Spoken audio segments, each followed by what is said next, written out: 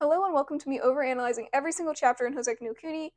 Spoilers for up to 105, and let me know all your observations in the comments below.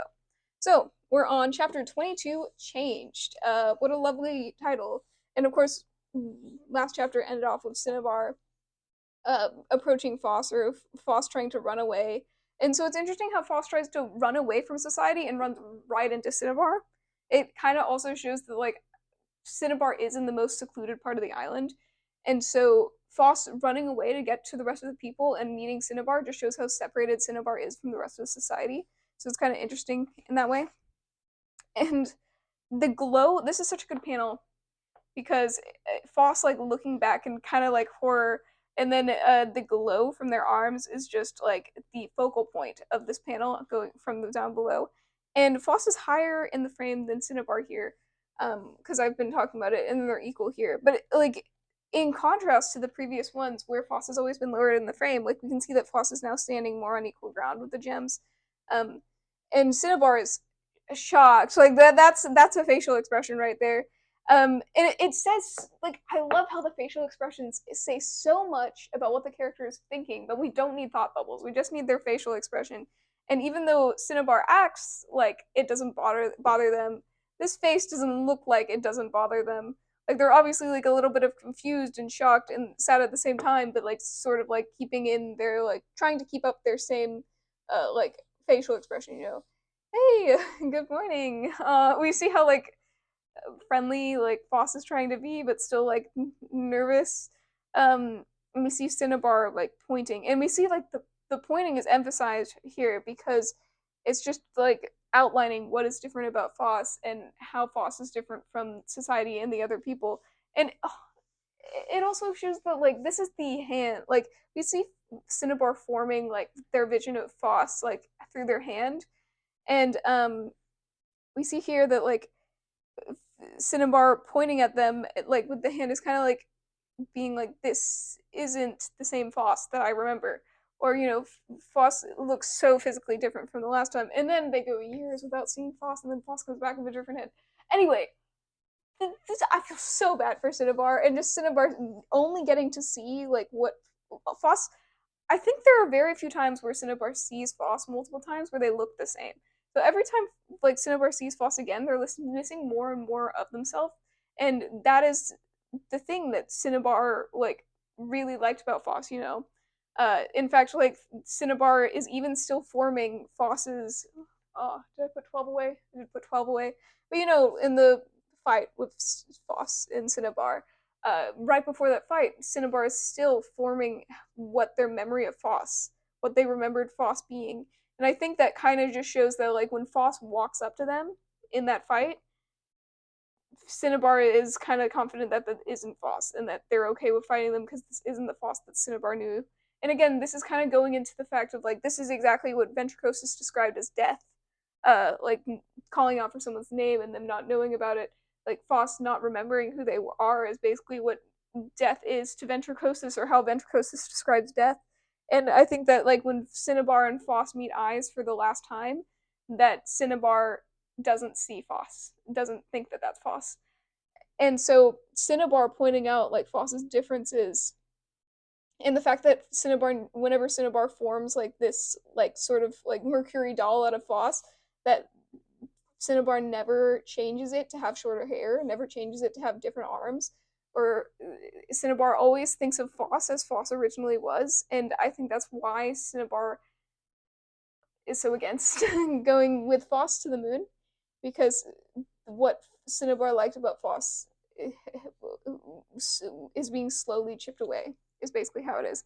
Another thing that a commenter actually pointed out in one of my other videos is that Cinnabar's Mercury also shows how that feels, like not only in facial expressions, but kind of like how Foss's like gold alloy shows how they feels. Like their body is a physical representation of their mind, and like you see here we have the mercury blobs that surround Cinnabar kind of like exploding, or like it kind of like taking a gasp.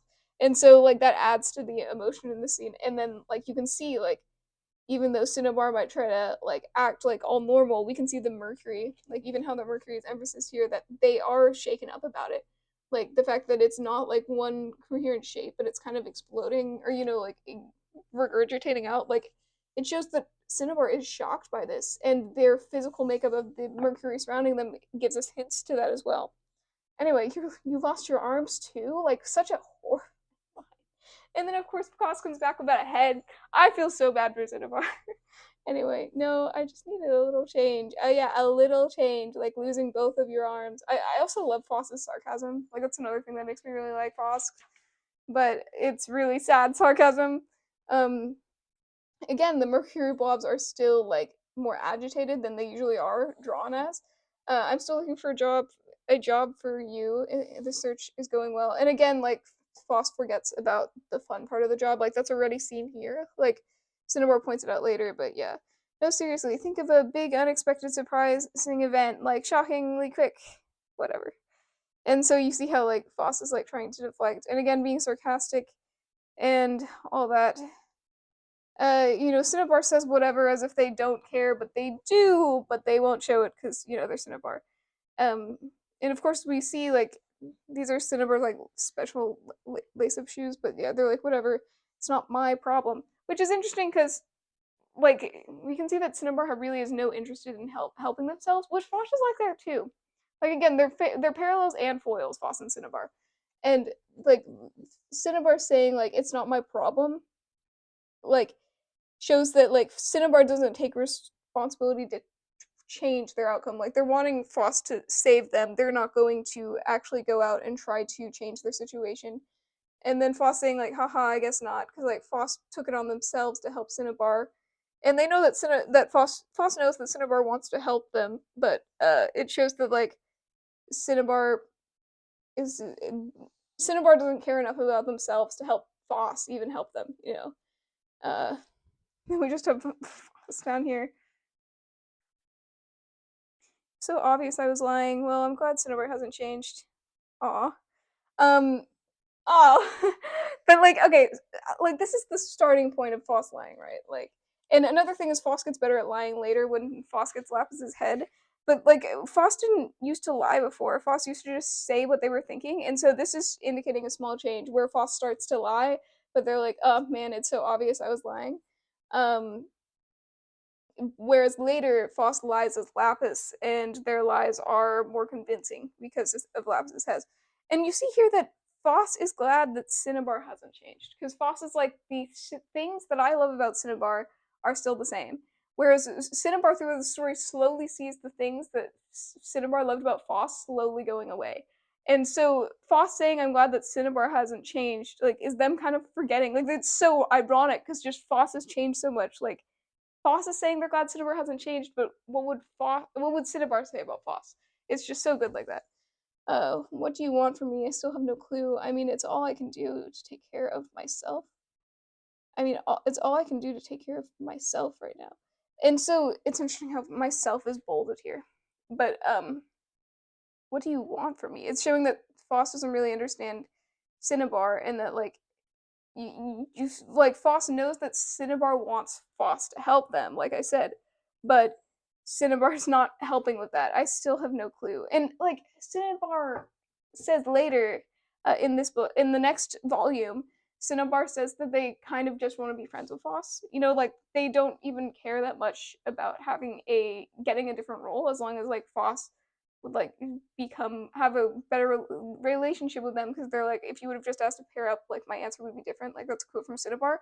And so like I still have no clue. It shows that Foss really thinks that like Foss doesn't understand what will make people actually happy, because like Foss is like, what will make Cinnabar happy is getting a job. That's what Foss thinks, but that's not the case, because what would actually make Cinnabar happier is if Foss and Cinnabar became friends, but that's not what happens, because Foss is so set on the job will make Cinnabar happy. In fact, Foss is always like, if I'm stronger, if I'm able to fight, it'll make me happy. If I get to do all this, it'll make me happy, but that's not what happens. It's all I can do to take care of myself right now. And so they think of lying as taking care of themselves. Lying to Cinnabar, telling them that it's all fine, because they don't want to admit to Cinnabar, they don't want to admit to themselves that they haven't done anything, that they haven't accomplished anything. They don't want to think about that. So that's why that's the emphasis of this line. But let me know if you have a different interpretation, because it's all I can do to take care of myself right now. Like, what do you interpret for that line, and how do you think that that relates to Foss's character in that way? Because these like small little hints of Foss talking to himself is all we get about their like probably terrible mental state, and it's so good. But yeah, Foss, uh, whatever do you want? Sorry for engaging. Like, okay, sorry, I have to go back to this line. But another thing too is like these destructive behaviors that like Foss has exhibited is also Foss thinking that this is them taking care of themselves. Like they don't have an accurate view of reality. I like Foss is a really good unreliable narrator, and they get more unreliable as the story goes on. And I love unreliable narrators because it really makes you have to think about like, is this what it is what this character is telling me actually the case, or is it just from their point of view? You know. So whatever do you want? Sorry for like hanging up on you earlier. Sensei fell asleep. Oh, apparently Sensei was out of energy. I also love like Foss's pose here, like get away from me, you know. But apparently Sensei was just out of energy. Sleeplessness is the one thing that our great teacher can't fight off. Yeah, I don't sleep anymore. And like that also shows a contrast between Foss and Congo. Is that Foss doesn't sleep anymore. Yeah, I don't sleep anymore. And Sensei spent a lot of time staying awake for me. I feel bad about that.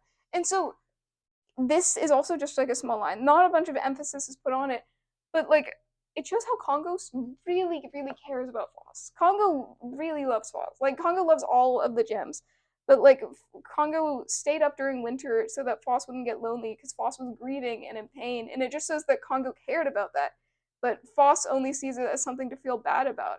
And again, this is like goes along with Foss losing their memory because like this is such a kind action for Congo to do for Foss, and Foss later doesn't see Congo as good, or Foss forgets all the good things that Congo has done for the gems and for Foss, and it's sad that like Foss sort of says this as a throwaway line. It's even said as like a throwaway line to us because we're supposed to be suspecting Congo, right?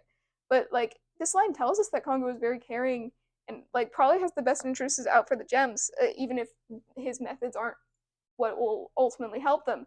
But like it shows that his intentions are good, but Foss can't see that, and Foss forgets all the good things later. It's very sad. Um, we're switching to Sensei nap time shift schedule. Who's not busy goes out. I want to ask if you can go on patrol. Patrol, sure thing. And you see how they're concerned about it. Yeah, and here's Foss's. Like I was trying to look for a good view of Foss's heels. Like I said in the last video, um, like Foss having heels is a representation of their will to remember Antark and to look like them. Like that way, every time they look at themselves, they think of Antark. What a lovely grief-stricken person. What a grief-stricken person should do, obviously. Are you sure you'll be okay? Yeah, I'll be fine. And again, like Foss literally just admitted to us that they lie. Like a couple panels ago, Foss admitted that they lie and that this is the start of Foss lying to people. And so, yeah, I'll be fine. Like, you're not fine, boss. But it's okay. And you can see how, like, again, Foss gets better at lying as time goes on, but they're not convinced. I wanted this so badly. And again, like, the reason why humans and people in general desire things is because we believe that by getting those things, our state of happiness will improve, or something along those lines. Like this story is so good at commenting on that sort of stuff. But like what I think the message of Houseki no Kuni is getting at is that like you need to be content with where you are. Like you can still like aim to improve yourself and stuff like that, but you need to content where you are, because if you just keep wanting something and desiring it, then you won't be happy, or you will never be satisfied with what you've achieved, because there's always something more that you can do. It's kind of like comparison too, like comparing yourself to others.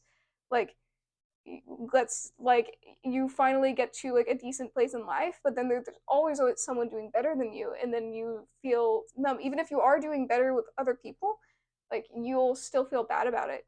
You won't be happy because you always see improvements. And that's exactly what happens with Foss, is that they get faster legs, they get stronger arms, they get a more intelligence, but there's always something more that can be improved upon, and they're never happy with what they accomplish.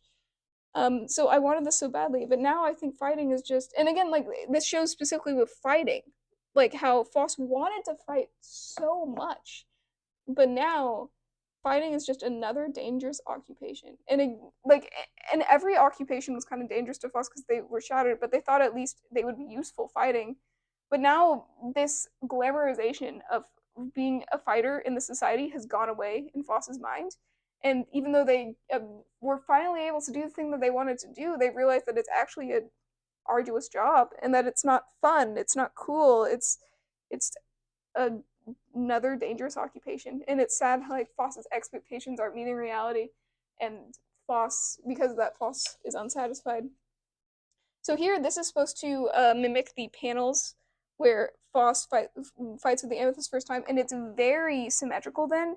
And I know this was pointed out in another video I watched, but stands unsymmetrically in the frame, like because it just shows this change. Like the Amethysts are still very symmetrical, but Foss is like unsymmetrical in the shot, and it just shows like Foss's change and how they are morphing as the story goes on.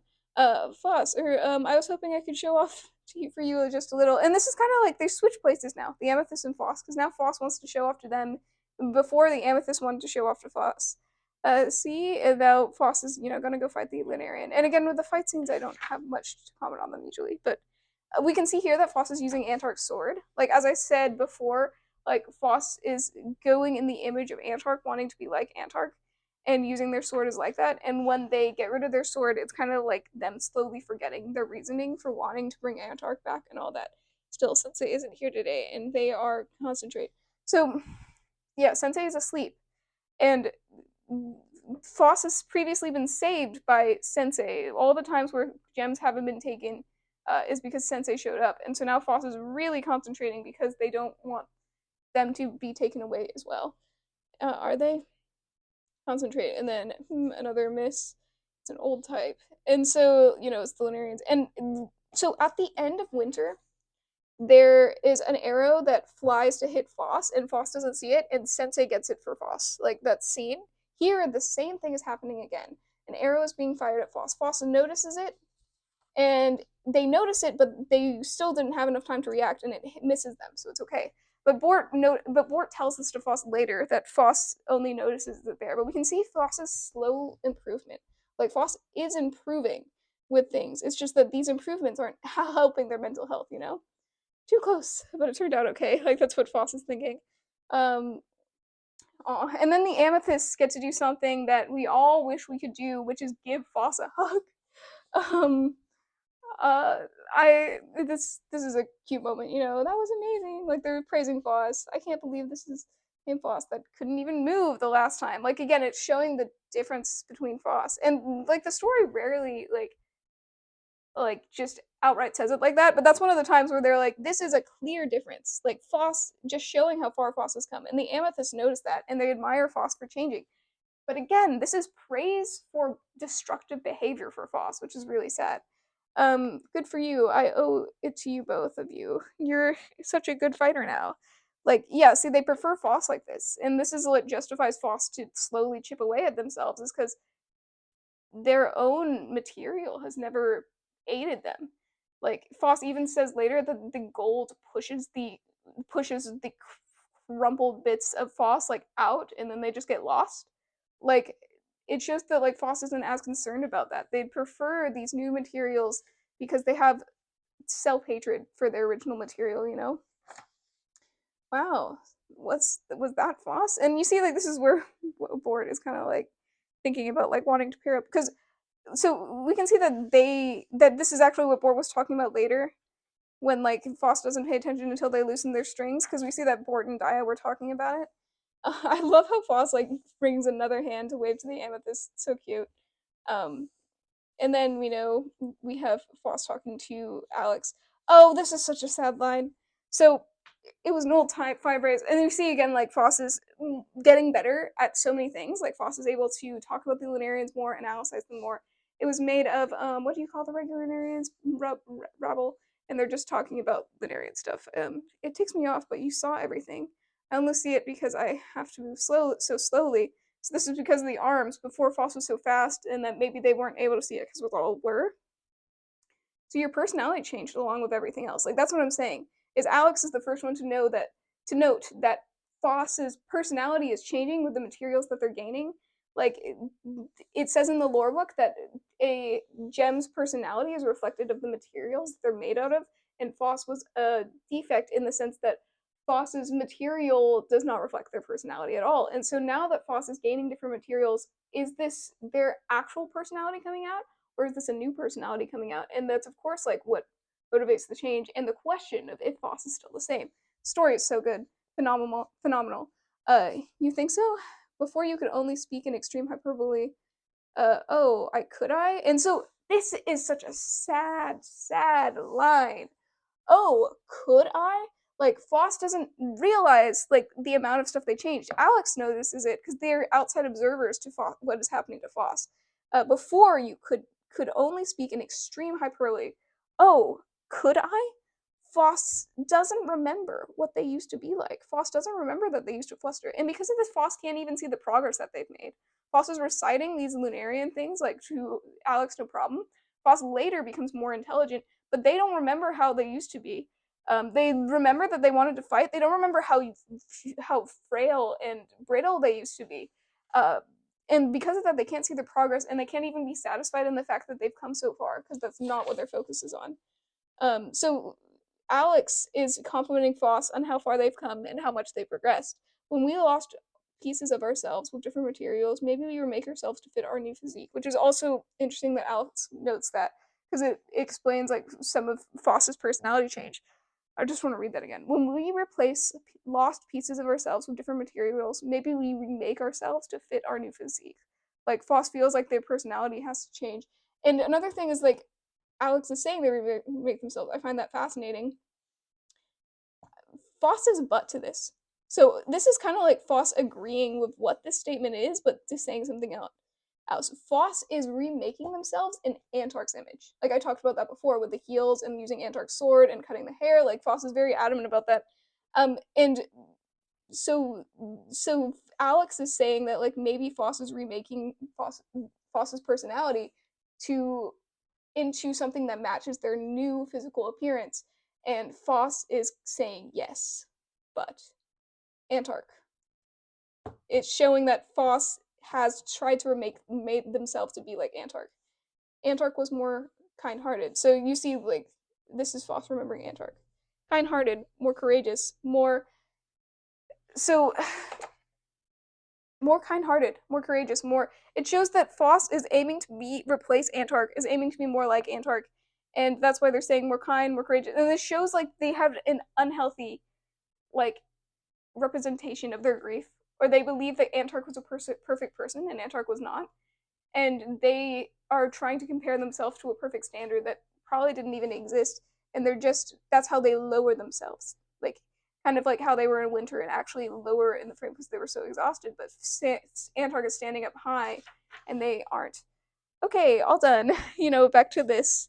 And so it's just so sad. All done. What do you think? It's perfect. It must be tough working so late. I look forward to your next report, Foss.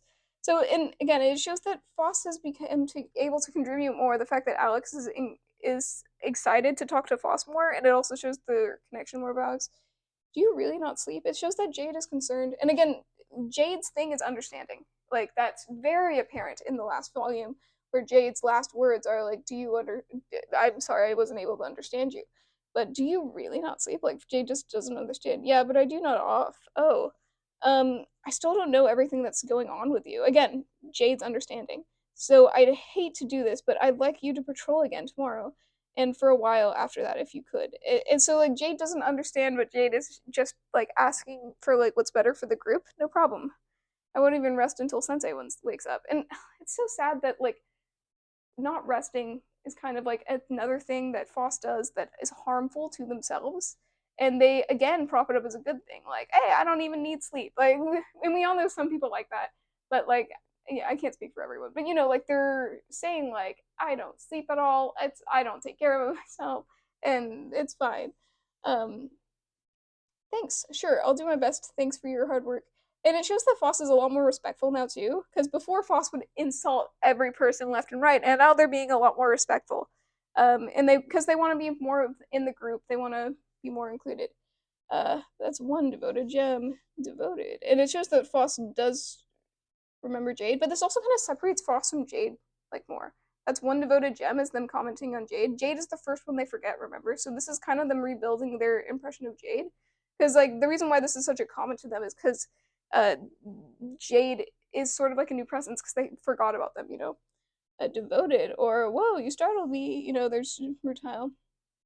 I was just thinking of something. Would you let me examine your arms one more time?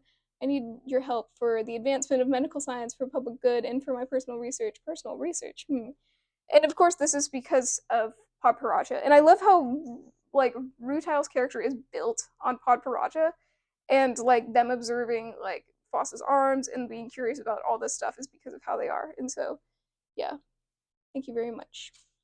Then we have Bort. Next, please. I just love Foss. Anyway, I love how the hair covers Foss's frames, kind of like encaging them in Bort's hair, and then we see Bort, and then Foss is like, and then Foss, Foffolite, be my partner, and that's where it leaves off of. And we'll talk about Bort and Foss's relationship in the next video. But yeah, so great. This is a good chapter. This was a sad chapter. When rereading it, this line hurts so much, and I just wanted to point that out. Let me know anything you observed, anything that you found different, anything that you analyzed different, and leave it in the comments. And I also love how Bort's hair is drawn here, and we'll talk more about Bort and Foss's relationship in the next chapter. But thank you so much for watching. If you want to see more of these videos and get notified, then subscribe. You don't have to, it's completely up to you. And thank you so much for watching. I hope you had a good day, and I'll see you in the next video.